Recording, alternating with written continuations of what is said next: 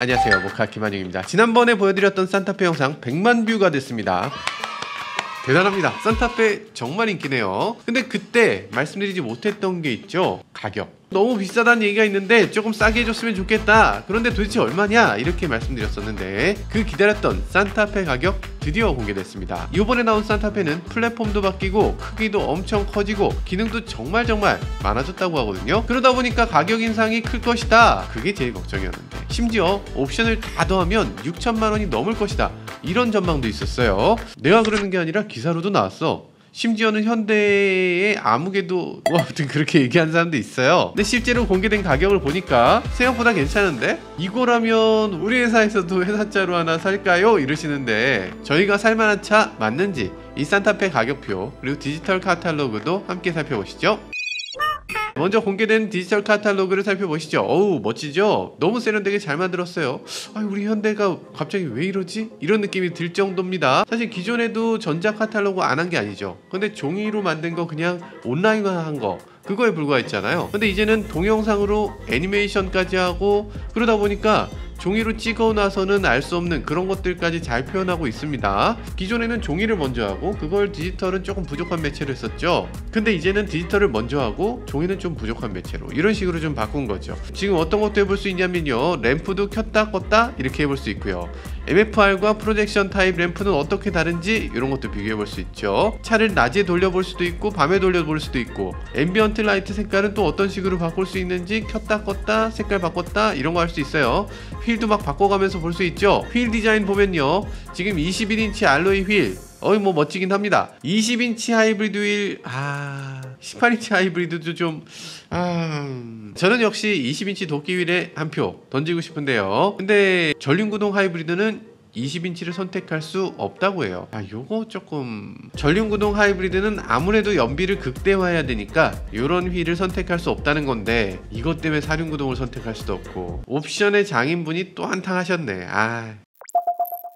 네, 그 전에 저희도 몰랐던 거 다이내믹 웰컴 램프 있죠? 어떤 식으로 작동되는지 저희도 몰랐어요. 근데 여기 보니까 켜지는 게 보여집니다. 웰컴 램프가 뭐냐면 멀리서 차에 가까이 갔을 때 차가 나를 웰컴해 주는 기능이죠. 아니면 문 열림을 했을 때 문 열림할 때 차가 이렇게 번쩍번쩍 하면서 나를 반겨주는 기능 있으면 좋잖아요. 사실 뭐 별거 아니긴 한데 있으면 얼마나 반가워.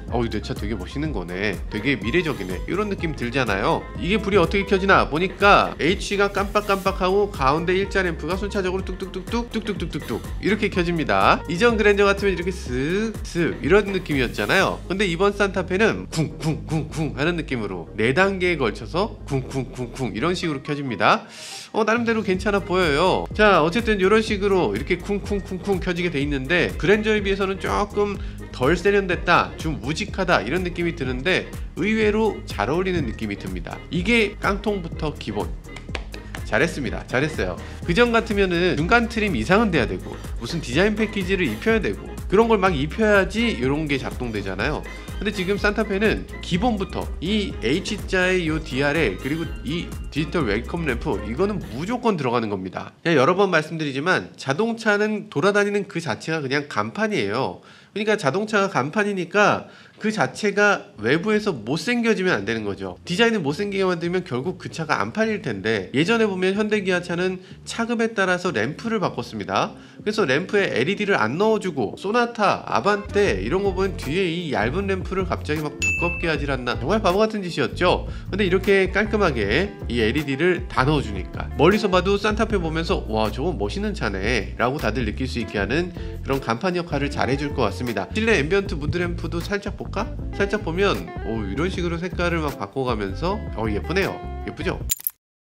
디지털 키 2가 있네요. 2년 전에 저희가 찍은 영상을 한번 보시면 이 자동차 회사에 바란다 이러면서 제가 차에 가까이 가면 저절로 문이 열리고 멀어지면 저절로 문이 잠기는 이런 장치를 소개한 적이 있어요. 그러면서 자동차 회사가 이거 기본으로 만들어줘서 그래서 이 회사가 망했으면 좋겠다 이렇게 한번 말씀드린 적이 있죠. 근데 그로부터 2년 만에 이 기능이 정말 기본으로 들어왔네요. 여기 보니까 영상으로 있습니다. 애플워치를 차고서 차 문을 손을 딱 잡으면 자동으로 문이 열려요.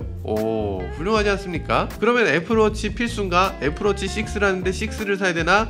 라고 생각하시는데 그건 아니고요. 아이폰이라든지 안드로이드 폰이라든지 1m 안에 있으면 그냥 문이 열린다고 합니다. 문만 열면 뭐해? 시동 걸 때 결국에 키 필요한 거 아니야? 시동은 또 폰을 거기 패드에 올려놔야 되잖아요. 그게 아니고 안에 들어가기만 하면 패드에 올려놓지 않아도 시동이 그냥 걸립니다. 아, 이거 대박 아닌가? 정말로 차키가 필요 없는 세상이죠. 정말 주머니에 폰만 갖고 있으면 알아서 차문 열고 알아서 시동 걸립니다. 이러면은 차키를 누가 갖고 다녀요? 그쵸? 차키를 그냥 옵션으로 해도 될 것 같아. 그렇지 않습니까? 디지털 키 2가 지금 옵션이거든요. 근데 이걸 기본으로 넣어주고 차키를 옵션으로 빼야 돼요. 그렇지 않습니까? 세상이 많이 바뀌었죠. 그렇게 생각을 좀 바꿔주시면 어떨까? 그런 생각이 드네요. 게다가 이렇게 생긴 키는 좀 요 키는 조금 키가 뭐 나쁘다는 건 아닌데 요 키는 좀 옵션으로 하고 정키 원하는 사람은 디자인을 다양하게 이렇게 입혀줄 수 있어. 이렇게 하면은 이렇게 만들어 놓으면 욕하고 저렇게 만들어 놓으면 욕하고, 그러니까 키를 여러 개 놓고 그 중에서 내가 원하는 거 선택해서 원하는 디자인으로 나 여기다가 차키 입힐래요 하면 입혀주게. 그렇게 해주면 좋은 거 아닙니까? 기존에 있었던 디지털 키 2는 진짜로 폰을 여기다 갖다 댔어야 됐어. 문고리에다 갖다 대야 되고 무선 충전 패드에 올려놨어야 됐어요. 근데 이제 아니죠. 지금 나오는 디지털 키 2는 그냥 근처만 가면 자동으로 되는 거. 신형 그랜저 되고요, 소나타 페이스리프트 되고요, 기아 EV9, 제네시스 G90, GV60 드디어 산타페에 들어오게 된 거죠. 와, 환영입니다. 이거 진짜 편리하거든요. 사실상 차키가 없어지는 거니까 현대기아의 모든 차에 좀 빠르게 적용되길 바라봅니다. 그리고 사실 이 기능이 되게 편리한 점이 많은데 더 편리한 건 애플 월렛에 들어간다는 거예요. 저는 원래 BMW에 있어서 이걸 썼는데 더블 클릭하면 이렇게 뜨죠. i7 드라이브 X60이라고 이렇게 뜨잖아요.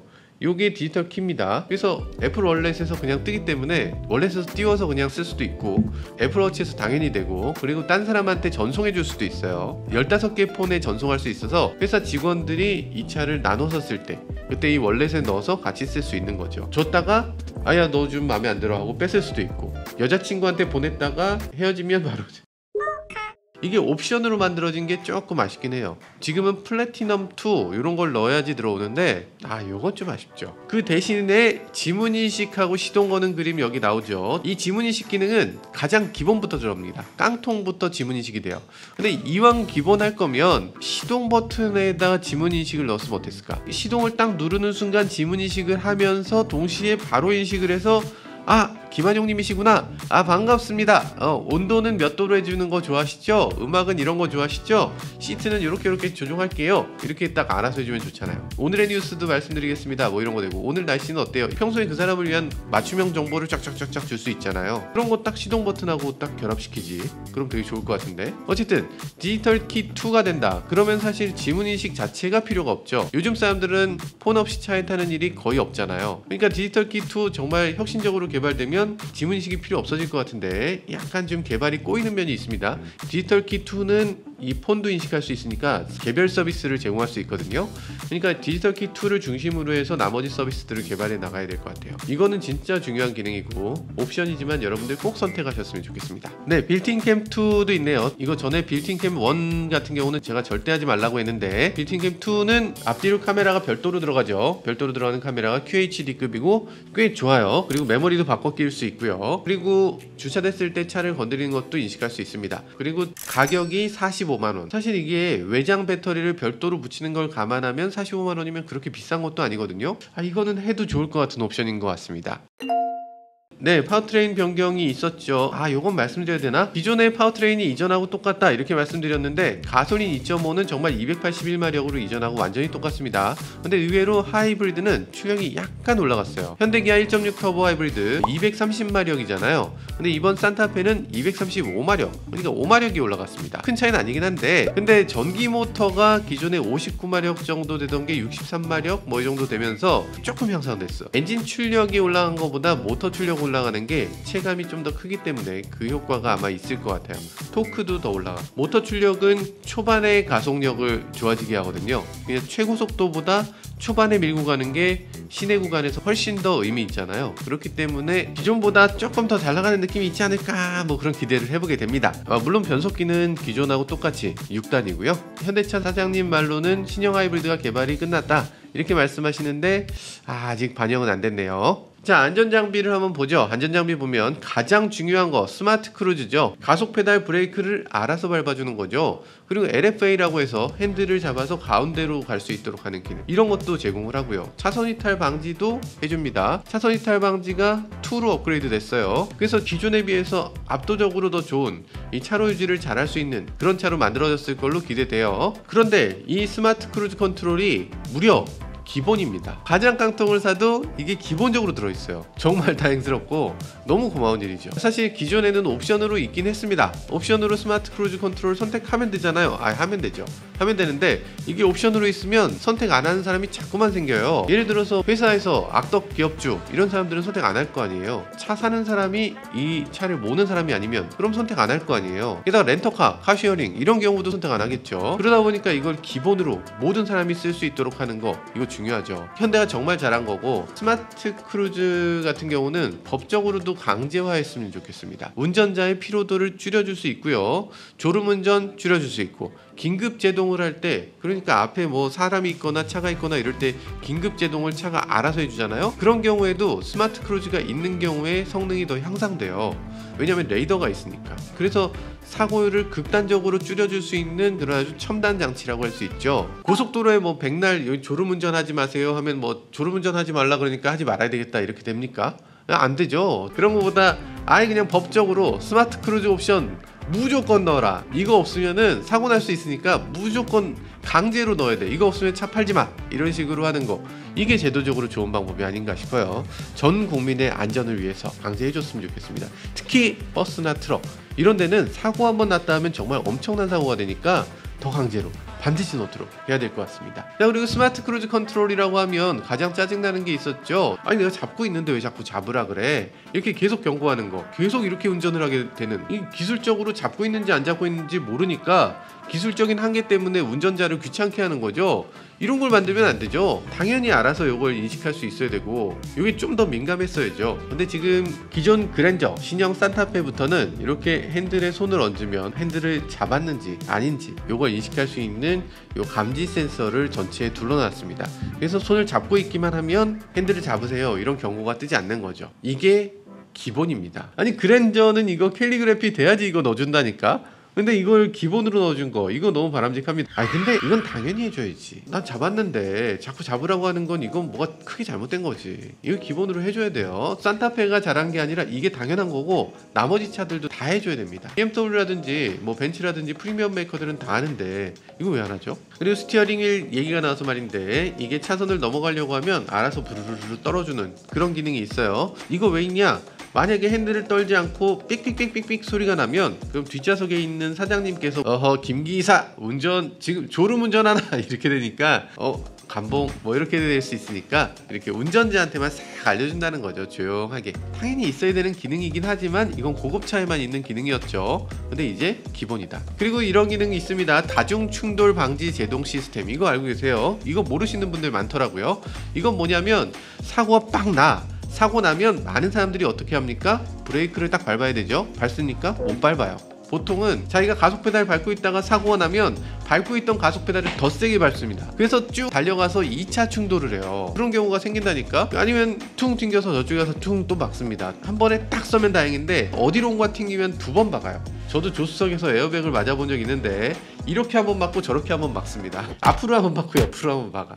여기 2번을 맞게 돼 있어요. 그래서 사고가 나면 알아서 제동을 하는 기능. 에어백이 딱 터지는 정도의 사고가 났다? 그럼 자동으로 브레이크를 빡 밟아주는 기능입니다. 근데 얼마 전에 급발진이라고 주장하는 사고 장면 한번 봤더니 저쪽에서 사고가 빡 났어. 사고가 빡 나더니 이쪽 블랙박스 있는 차에 딱 찍혔습니다. 그러면서 브레이크 등이 들어온 게 선명하게 찍혔는데 브레이크 밟았는데도 차가 나가는 게 급발진 아니면 뭡니까? 이러시던데 답답합니다. 정말. 사고 나면 자동으로 브레이크를 밟아주는 기능이 작동되는 겁니다. 그러니까 이게 사고 났을 때 너무 감정적으로 막 버럭버럭 하면서 뭐 사실이 어찌됐던 다 사기 뭐 이런 식으로 거대 세력이 나서서 이걸 숨기려고 합니다. 거대 기업을 위해서 무슨 다 거짓말을 한다 이런 분들 정말 많던데, 교수나 학자나 뭐 기자나 뭐 저나 뭐 유튜버나 뭐 아니 정말로 그런 게 있으면 현대 한번 까면 떼돈을 벌 수 있는데 그걸 왜 안 하겠어. 그걸 왜 안 하겠어요. 급발진이 정말 확실해. 이건 정말 급발진일 수밖에 없어. 이렇게 되면 당연히 그거 신나서 보도하죠. 그렇지 않겠습니까? 너무 감성적으로만 버럭버럭 이렇게 접근할 게 아니고 차를 좀 잘 알아야만 됩니다. 만약에 차에 대해서 정말 몰라, 정말 모르겠으면 이 안전에 대해서, 급발진에 대해서는 얘기를 안 하는 게 안전을 위해서 정말 도움이 됩니다. 급발진 주장 사고는 이 감정적으로 보도하면 할수록 더 늘어나는 특성이 있다는 거, 그래서 더 사람들을 위험하게 할 수 있다는 거, 이거 인정하셔야 됩니다.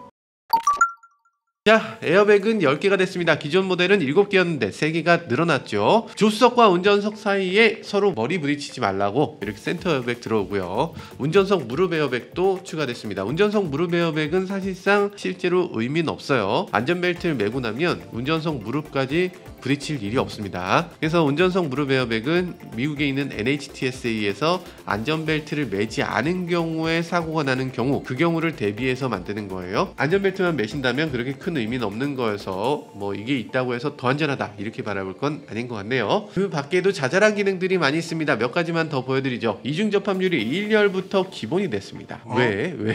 아니 산타페 왜 1열까지 기본으로 해주지? 신기한데. 자, 프레스티지부터는 2열까지 이중 접합이 기본입니다.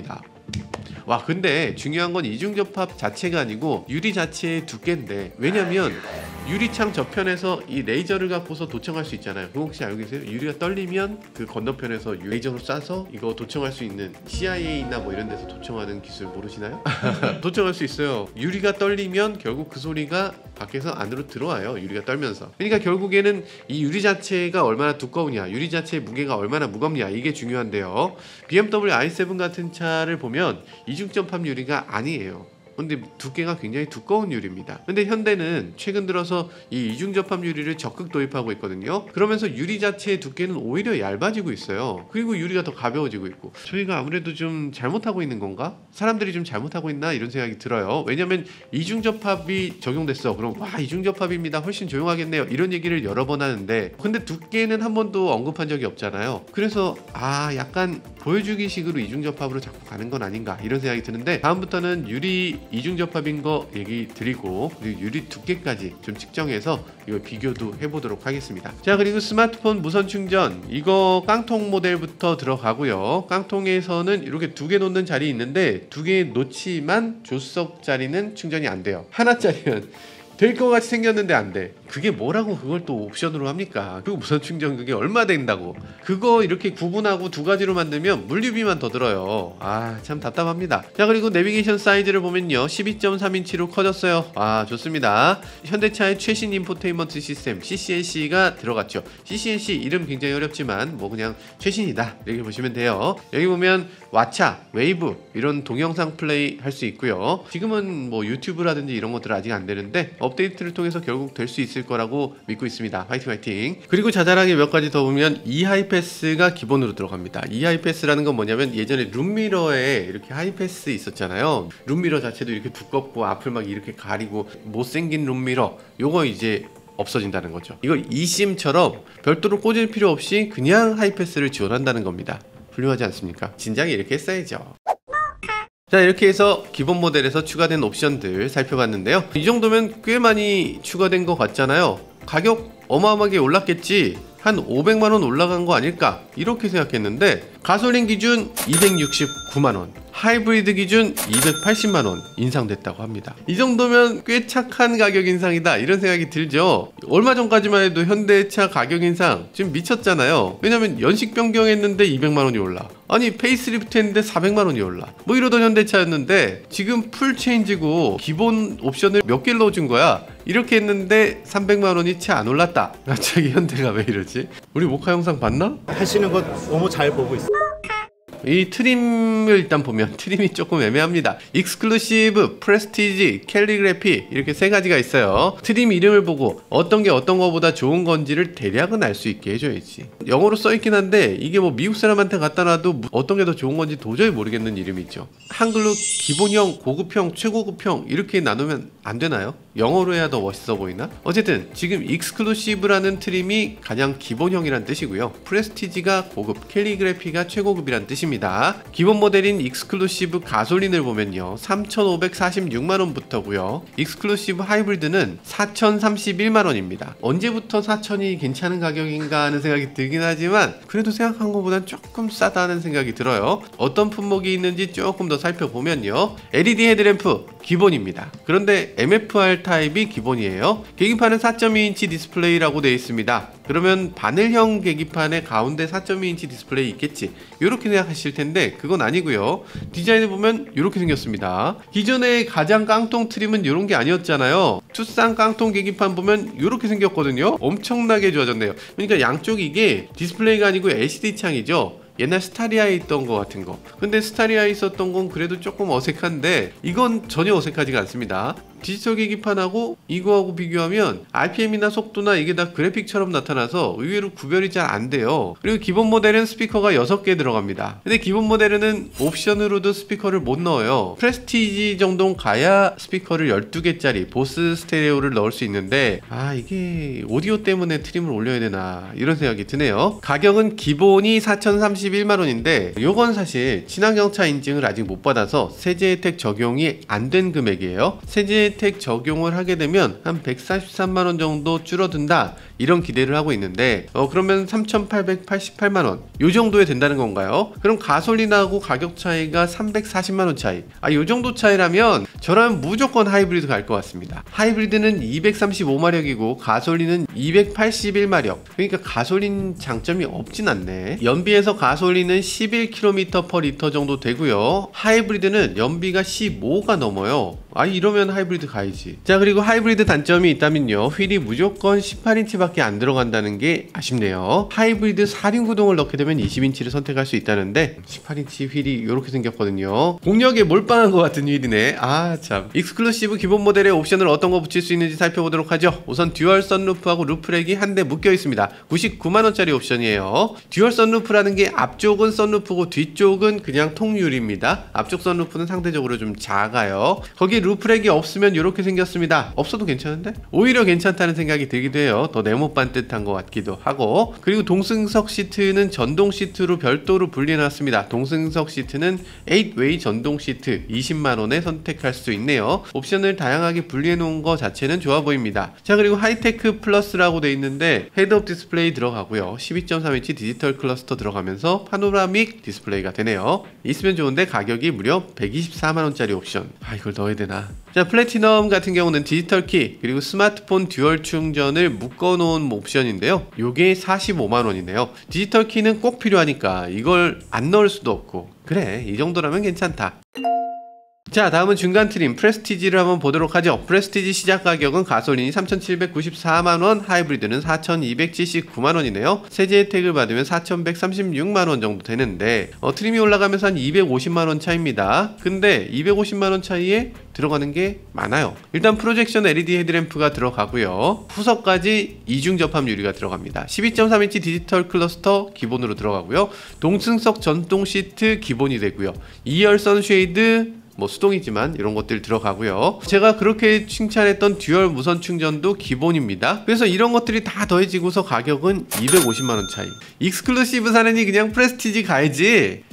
옵션의 장인 아닙니까? 진짜 현대 대단합니다. 자, 그럼 프레스티지에 붙일 수 있는 옵션을 보면요, 듀얼 선루프가 89만원, 이건 넣든 말든. 헤드업 디스플레이 59만원, 요거 있으면 좋긴 한데. 현대 스마트 센스 79만원. 스마트 센스는 뭐냐면 차 4곳에 레이더가 추가되는 거예요. 그래서 사각지대 경보가 더 잘 됩니다. 그리고 전방 충돌 방지 보조 더 다양한 조건에서 작동되고요. 후측방 경보가 되기 때문에 후진할 때 뒤에서 차가 오면 알아서 딱 멈춰줘요. 그리고 고속도로의 주행 보조 2 HDA2라는 게 들어갑니다. 그리고 내비게이션 기반 크루즈 컨트롤 진출입할 때에도 적용이 돼요. 속도를 알아서 줄여서 코너를 돌아서 나가준다는 거죠. 깜빡이를 켜면 자동으로 차선을 이동해 주는데 불필요한 기능입니다. 실제로 거의 되는 경우가 드물어요. 그래서 스마트 센스는 넣는 게 좋냐? 80만원만 넘어도 넣지 말라고 할 것 같은데 79만원이면 요거 애매하네. 시트 플러스 패키지라는 게 있습니다. 가격은 74만원이고요 에르고 모션 시트가 들어갑니다. 마사지 기능이 들어가고요. 이 시트에 여러가지 모션이 있다는 거죠. 어떤 차에 있는 에르고 모션은 뒤쪽에 마사지를 열심히 해주는 게 있고, 산타페에 있는 에르고 모션 시트는 사이드 볼스터를 이렇게 올려줘서 스포츠 모드를 누르게 되면 이렇게 몸을 잡아주고, 다른 모드에선 몸을 펴주고, 요즘 들어서 EV9에 있었던 이 시트 방석 부분을 아래로 이렇게 쭉 내려주는 기능, 그렇게 해서 몸을 꽉 잡아주는 이런 다양한 기능들이 들어있지 않을까. 그렇게 생각되네요. 그리고 워크인 디바이스 스위치, 그러니까 조수석에 이렇게 버튼 딱 누르면 오빠 믿지? 뭐 이러면서 눕혀주거나 이런 기능들이 있고요. 그리고 1열 릴렉스 컴포트 시트 지원이 됩니다. 그러니까 릴렉션 컴포트라는 게 다리까지 올라와요. 그래서 버튼 딱 누르면 뒤로 이렇게 기대지면서 다리가 쫙 이렇게 올라오는 기능, 이런 거 되고요. 전동식 틸트 앤 텔레스코픽이 여기 들어있습니다. 핸들을 전동으로 이렇게 올렸다 내렸다 앞뒤로 움직였다, 이런 것들 전동으로 되는 거, 요거 다 포함해서 74만원. 야, 요것도 안 할 수가 없네. 플래티넘 2는 99만원인데요 여기 보스 스피커가 들어가는 옵션입니다. 스피커 개수 12개로 늘어났고요. 그랜저는 14개인데 산타페는 2개 빠진 거, 요거 조금 섭섭하긴 한데, 아까 그렇게 칭찬했던 디지털키 2가 여기 스피커 옵션에 들어있습니다. 그러면 가격이 99만원이면 요거 무조건 넣어야 되죠. 이 가치를 현대가 잘 모르고 있어도 여러분들은 꼭 선택하시길 바라겠습니다. 자, 파킹 어시스트 플러스 1이 119만원이라고 하는데요, 이건 뭐냐면 버튼 눌렀을 때 서라운드 뷰가 들어오는 거예요. 그리고 깜빡이 켜면 뒤쪽에 있는 상황이 나타나는 후측방 모니터가 앞에 나타나는 거죠. 옆쪽에 센서가 더 추가되고요. 원격 스마트 주차 보조, 그러니까 차를 넣거나 빼거나 하는 기능, 이것도 제공됩니다. 그리고 후방 주차 충돌 방지, 그러니까 뒤로 이렇게 쭉 가다가 갑자기 부딪힐 것 같아, 그럼 긴급 제동해주는 기능까지, 이것도 제공이 됩니다. 있으면 좋은데 옵션 가격이 119만원. 119만원. 산타페 크기가 너무 커졌으니까 360도 서라운드 뷰 있으면 확실히 도움은 되겠죠. 디자인 패키지도 있습니다. 디자인 패키지는 가솔린 모델 4륜 하이브리드는 20인치 휠을 선택할 수 있어요. 제가 가장 마음에 들어 한다는 이 도끼 휠, 이 휠에 여기 천연 가죽 시트 그리고 천장 스웨드까지 해서 129만원짜리 옵션입니다. 아쉬운 건 전륜구동 하이브리드가 가장 인기 모델일 것 같은데, 이 전륜구동 하이브리드는 아무리 옵션을 넣어도 18인치에서 휠을 더 키울 수 없도록 만들어져 있어요. 그래서 디자인 플러스 1 옵션에서 20인치 휠이 빠지니까 디자인 플러스 2 옵션이 되고요. 가격이 79만원입니다. 20인치 휠을 못 넣으면 굳이 선택할 이유가 있나 싶은 생각이 들죠. 20인치 휠을 도대체 왜 못 넣게 했나 이런 생각이 드는데, 아무래도 친환경차 인증 때문이 아닌가 싶어요. 20인치 휠 끼우게 되면 연비가 떨어지게 되니까 친환경차 혜택을 못 받게 되겠죠. 그래서 전륜구동 하이브리드의 휠이 어떤 거냐에 따라서 받을 수 있고 받을 수 없고 이런 식으로 선택되면 너무 복잡해지니까, 그래서 이걸 조금 빼놓은 것 같아요. 뭐 정말 마음에 안 드신다면 차를 일단 뽑아 놓고 누가 버린 휠을 구입하면 어떨까?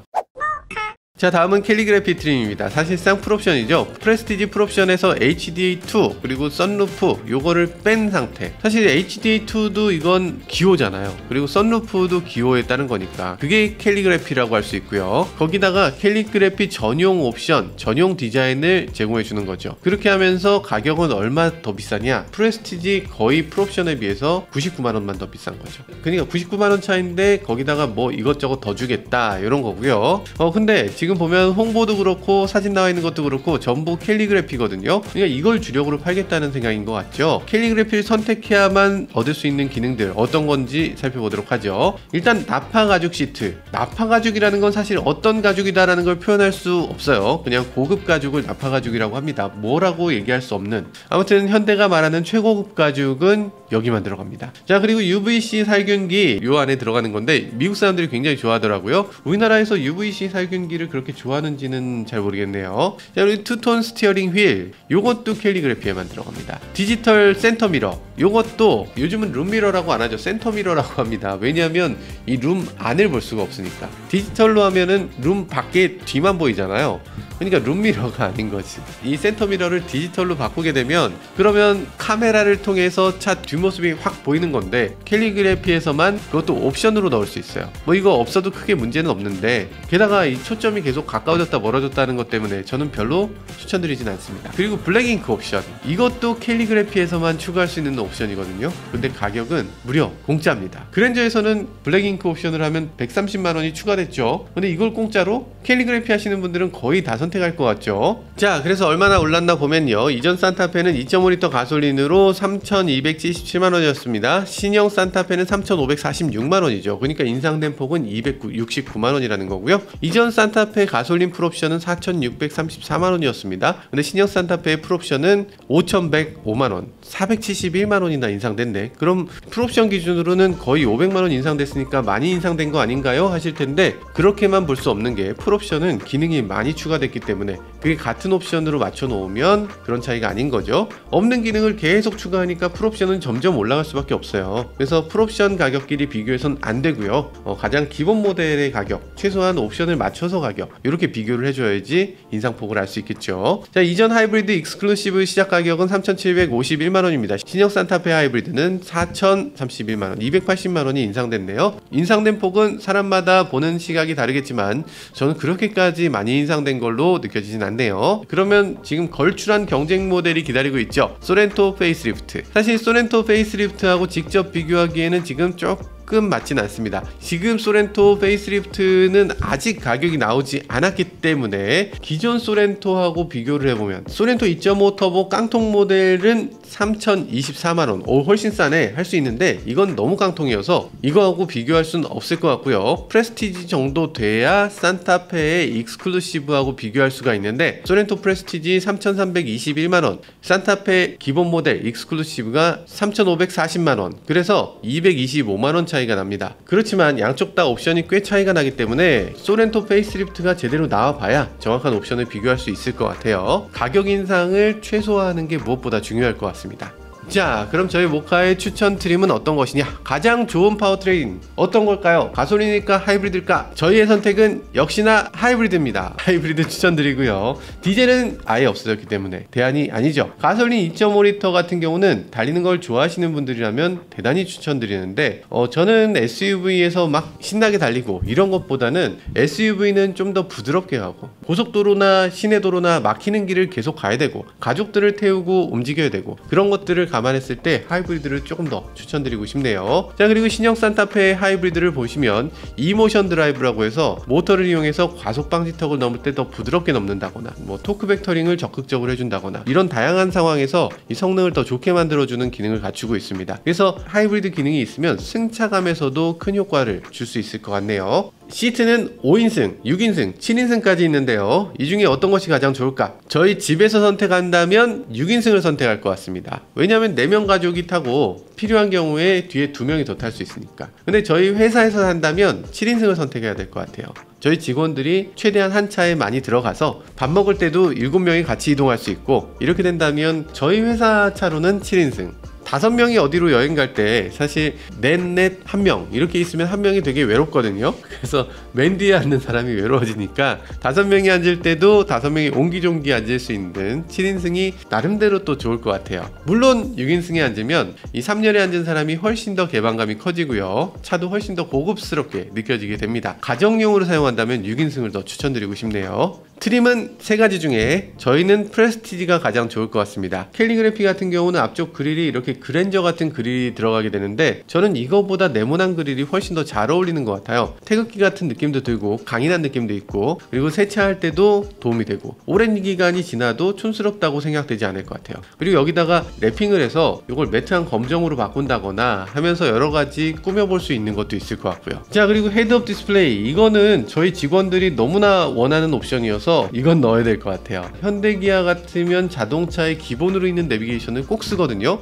핸드폰에다 뭐 찍는 것보다 음성으로 김한용의 모카로 가자 하면 알아서 딱 안내해 주는 거 너무 편리하잖아요. 그리고 그걸 헤드업에서 딱 보여주니까 이거 내비게이션 할 때 정말 편리하거든요. 애프터마켓에서 좀 후줄근한 거 사도 그 정도 되는 것 같은데 이거라면 넣어주죠. 오디오는 무조건 업그레이드 해야 됩니다. 왜냐면 오디오 자체도 이거 성능도 중요하지만 스마트폰만 있으면 찾기가 필요 없는 거, 이 디지털 키 2 당연히 넣어야죠. 이게 플래티넘 2라는 99만원짜리 옵션인데 무조건 넣는 게 좋을 것 같습니다. 여기에 파킹 어시스트 119만원짜리인데 요거는 제가 타는 차라면 파킹 어시스트 안 넣습니다. 근데 저희 회사 차기 때문에 저희 회사에 사고 많이 내는 친구가 하나 있어요. 이 친구가 아무래도 뒤를 긁을 것 같아. 그래서 파킹 어시스트도 넣어야 될 것 같습니다. 119만원.